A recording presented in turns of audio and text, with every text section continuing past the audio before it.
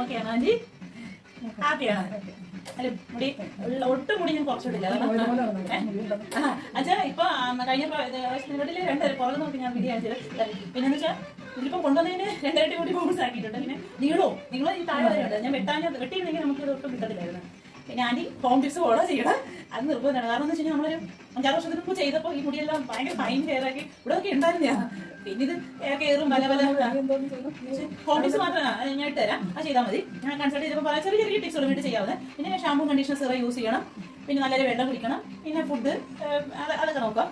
പിന്നെ വന്നിട്ട് സ്കാൽപ്പ് ചെയ്തപ്പോൾ എന്തായാലും 3 ട്രീറ്റ്മെന്റും 3 ഹെയർ ഗ്രോത്ത് ട്രീറ്റ്മെന്റും ഞാൻ പറഞ്ഞു ചെയ്തതാണ്. ട്രീറ്റ്മെന്റും പിന്നെ കംപ്ലീറ്റ് ഹെയർ കെയർ പ്രൊട്ടക്ഷൻ ട്രീറ്റ്മെന്റും കൂടെ ചെയ്തിട്ടുണ്ട്.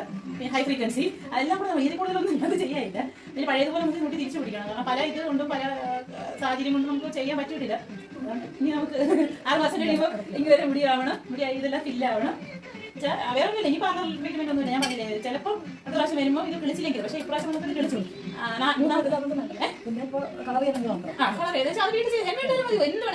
എണ്ണ ഇടുവോ ഹെയർ പാക്കുകൾ ഇടുവോ ഒന്നും ഇതിനൊരു മാറ്റം വരത്തില്ല. ഇതിന് ചിലപ്പോൾ ബൗൺസ് ആയെങ്കിലേ ഉള്ളൂ, കുറവ് വരത്തില്ല. അങ്ങനെ ഡിസോർഡർ ആയിട്ട് മുടി കിടക്കണമെന്ന് വെച്ചാൽ നമ്മൾ ചെറിയ ഇവിടെ ഒട്ടും ഇല്ലാത്തതുകൊണ്ട് ഇവിടെ ബൗൺസ് ചെയ്ത് എടുത്തേക്കുന്നതുകൊണ്ടാണ്. വെട്ടിയിട്ടും ഇല്ലായിരുന്നു, നമ്മൾക്ക് വെട്ടിയില്ല. കാരണം വെട്ടിയാൽ പിന്നെ ഇല്ല മുടി. ഇനി താഴേക്ക് വളരുമ്പോൾ നമുക്ക് ഓർഡർ കൊടുക്കുക. ഓക്കെ അല്ലേ? സ്കിൻ ഓക്കെ അല്ലേ? Thank you.